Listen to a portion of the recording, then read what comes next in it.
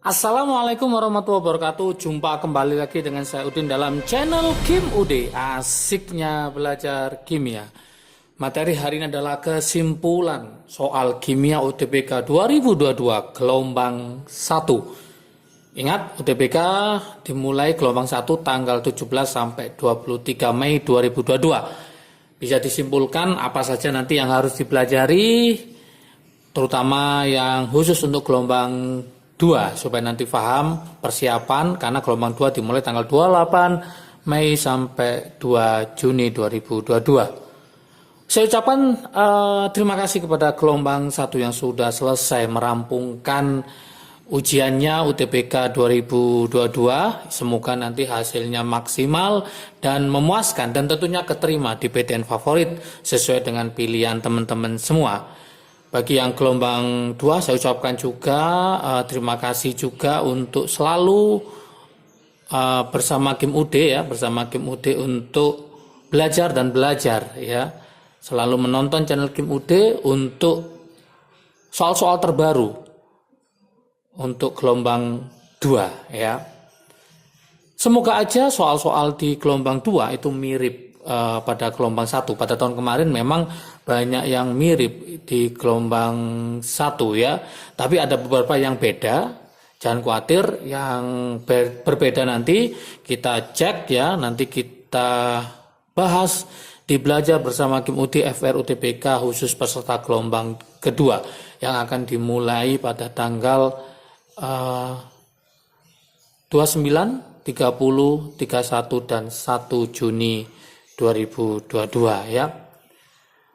Apa yang harus dipersiapkan untuk gelombang kedua ya? Untuk gelombang 1 sudah selesai dan banyak berdoa, kemudian sambil diulas ya, sambil belajar ya, sambil terus ikuti, nggak apa-apa, ngikuti channel Kim UD supaya tahu perkembangan soal UTBK 2022 itu sampai mana. Bisa kita simpulkan teman-teman pejuang UTBK khususnya untuk gelombang kedua yang keluar di soal UTBK kimia gelombang 1 itu apa saja. Kita mulai yang pertama. Oke. Yang pertama itu yang wajib ya. Yang pertama adalah stoikiometri ya, stoikiometri.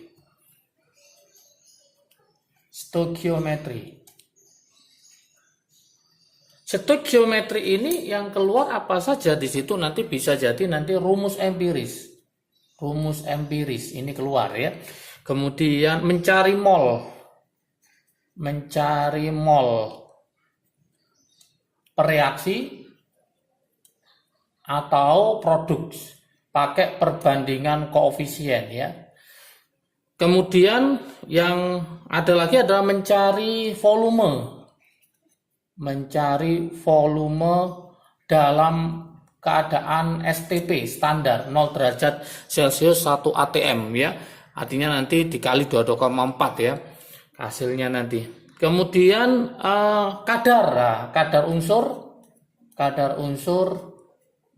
dalam biji atau campuran. Kadar unsur dalam biji atau campuran. Ini kemarin yang keluar ya, stoikiometri. Ada reaksinya dan ada yang sudah setara, ada yang belum. Yang sudah setara langsung tinggal dimasukkan apa yang diketahui, apa yang ditanyakan. Kalau yang belum, langkah pertama stoikiometri, teman-teman harus menyetarakan dulu. Nah, menyetarakan dulu ya. Kemudian kita ke nomor 2 yang harus dipersiapkan materinya. Nomor 2 adalah sifat periodik unsur. Nah, ini sifat periodik unsur. Apa aja yang keluar di sifat periodik unsur itu? Yaitu jari-jari ion kemarin, awal-awal tanggal 17 ya. Jari-jari ion atau atom membandingkan satu dengan yang lain. Kemudian adalah energi ionisasi. Oke, kemudian tambah lagi tentang oksida asam. Oke. Mungkin di gelombang kedua nanti keluar adalah elektronegatifan, bisa jadi, kemudian oksida basa, kemudian reduktor, oksidator ya, kemungkinan masih ada ya. Oleh karena itu di belajar bersama Kim UD akan kita bahas nanti kemungkinan itu supaya apa, nanti kalau ada soal variasi yang berbeda teman-teman bisa mengerjakan. Sementara sifat periodik unsur adalah jenis ion, energi ionisasi, oksida, asam, hasil pantauan tracking dari Kim UD. Yang ketiga adalah kepolaran molekul. Ini pasti ini keluar ya, wajib ini. Kepolaran molekul. Jadi nanti ada 3 senyawa dibandingkan mana yang lebih polar atau diurutkan dari yang tidak polar sampai ke polar. Atau mencari mana ini non polar, mana ini polar. Itu kepolaran molekul wajib bisa ya. Kemudian yang keempat, yang tidak kalah menariknya lagi, nomor 4 adalah bentuk molekul dan sudut ikatan ya. Jadi bentuk molekul dan sudut ikatan. Sudut ikatan keluarnya di akhir-akhir ya. Di awal-awal tidak keluar. Ada ikatan 90 derajat, ada 180, ada 109,5, ya macam-macam. Bentuk molekulnya ada AX4, tetrahedral, AX5, trigonal, bipiramida, itu harus hafal dan harus bisa ya. Oke, yang kelima. Yang kelima adalah hibridisasi molekul. Hibridisasi molekul. Hampir mulai awal ujian sampai akhir ini ada. Ya, yang ditanyakan ini SP2 dan SP3. Belum SP belum, kemudian SP3D belum, SP3D2 belum. Mungkin di gelombang 2 nanti ya, ditunggu aja. Maka harus paham tentang hibridisasi molekul. Yang nomor 6. Yang nomor 6 adalah laju reaksi. Ya, laju reaksi. Laju reaksi yang ditanyakan di sini adalah waktunya. Ya, waktu reaksi. Waktu reaksi. Belum dikasih soal laju reaksi mencari persamaan V ya, belum. Mencari orde belum. Mungkin di gelombang kedua nanti ya. Mungkin di gelombang kedua siap-siap mencari V, mencari orde total ya, mencari orde total, mencari harga K. Ini belum. Ya, kemarin pada gelombang 1 hanya mencari waktu reaksi yang dibutuhkan ya. Soal nomor 7. Model nomor 7. Nomor 7 adalah ini termokimia ya, termokimia.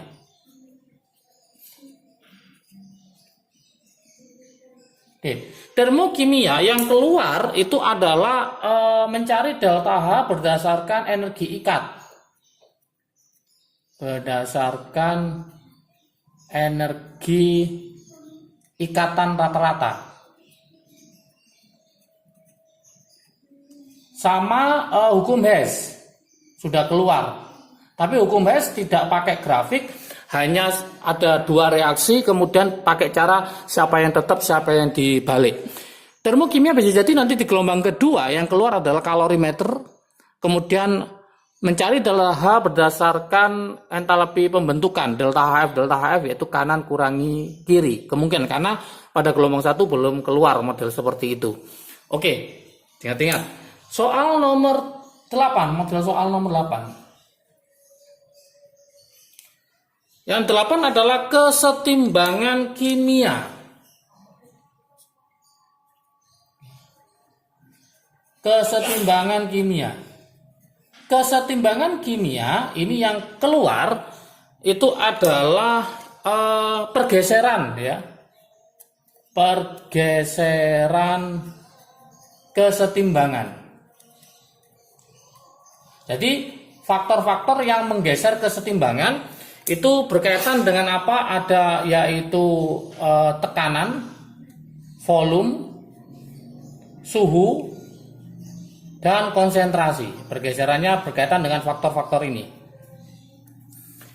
Belum ada yaitu menghitung harga KC dan KP, masih belum ya. KP belum. Mungkin di gelombang kedua nanti. Yang keluar kemarin adalah konsep yaitu tentang pergeseran kesetimbangan jika tekanan diperbesar, volume diperkecil, suhu dinaikkan, konsentrasi ditambah atau dikurangi. Itu yang keluar. 9 Model yang keluar 9 adalah konsep redox ya, konsep redox.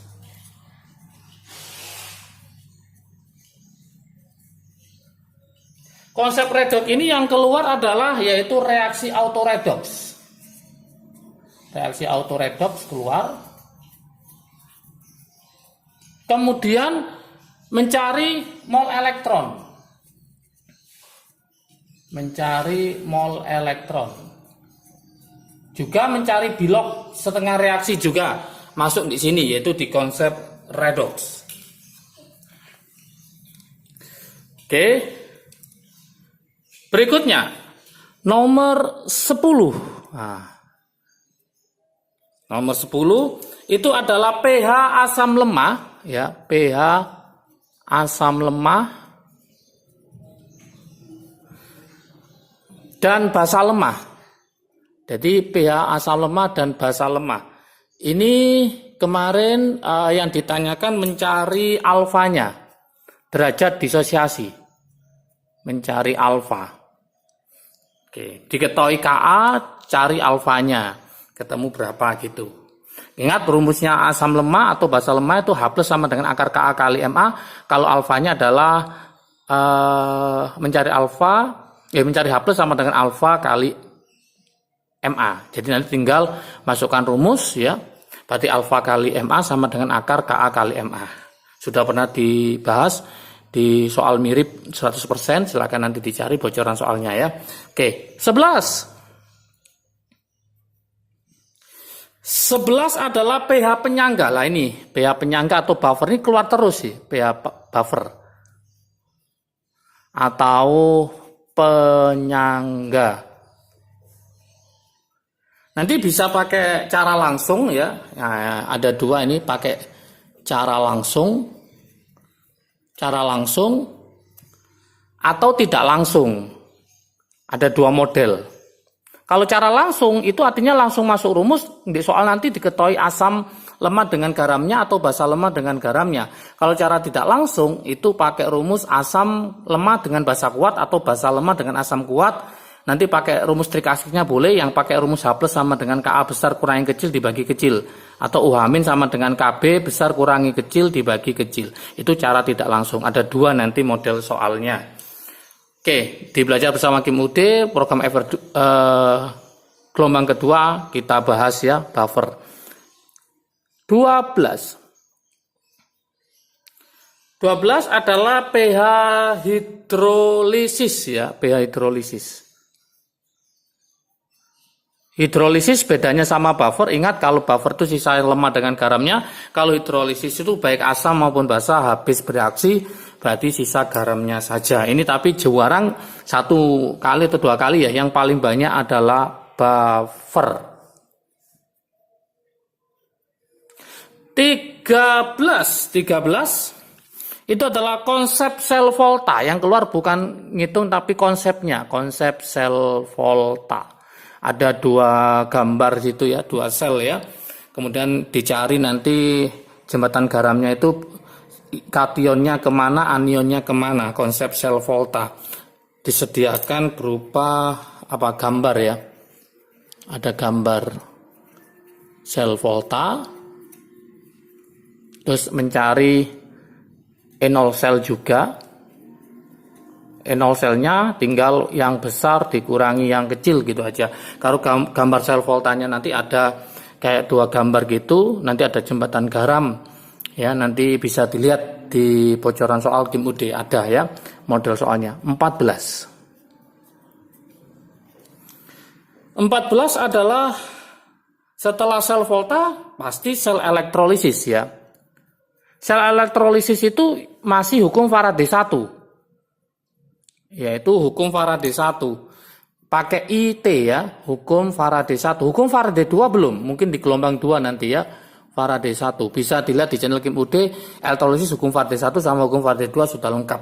Hukum Faraday 1 nanti rumusnya IT per 96500 atau kolom dibagi 96500. Jadi kemarin yang keluar hanya ampere sama waktu, belum keluar hukum Faraday 2 membandingkan antara satu senyawa dengan senyawa yang lain ya. 15 yang wajib dikuasai Itu adalah ikatan ion, ikatan kovalen sama ikatan hidrogen keluar ya. Ada ikatan ion, rumusnya XY berapa pakai konfigurasi elektron, apakah termasuk ikatan ion, apakah termasuk ikatan kovalen. Ada lagi yang kemarin mendekati akhir itu adalah ikatan hidrogen. Oke, ikatan hidrogen itu ikatan antara apa? HFON ya. H dengan F, H dengan O, H dengan N, itu ikatan hidrogen antar molekul. Berikutnya yang 16. 16 adalah ya ini kimia unsur ya, kimia unsur warna nyala. Warnanya nyala golongan 1A dengan 2A. Ada trik asiknya ya. Lidah mertua, Li merah tua, nasi kuning, natrium kuning, konser ungu, kalium ungu, Rb rambutan merah, Rb merah, CS minum bir berarti biru dan seterusnya. Sudah Kim UD bahas juga. Oke, 17. 17 adalah reaksi-reaksi kimia organik. Ya, ini yang paling nggak bisa kemarin ya. Reaksi kimia organik. Kimia organik. Dia meliputi apa aja di situ? Bisa pertukaran ion ya. Pertukaran ion, kemudian ada namanya penetralan asam basa, apakah termasuk itu asam basa? Terus apakah termasuk hidrolisis? Macam-macam dan yang lain-lain ya. Jadi reaksi-reaksi kimia organik, apakah adisi juga nanti menghasilkan endapan juga seperti itu ya. 18 yang harus dikuasai adalah ini kimia lingkungan.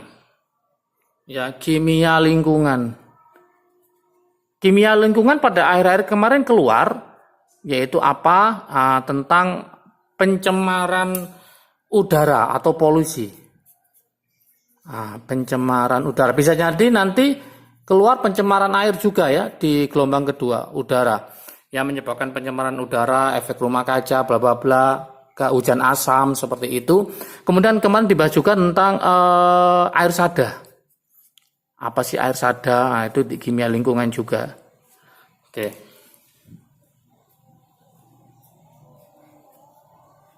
Sembilan belas itu adalah sifat koligatif larutan. Ini jangan sampai lupa juga ya. Sifat koligatif larutan. Oke, sifat koligatif larutan.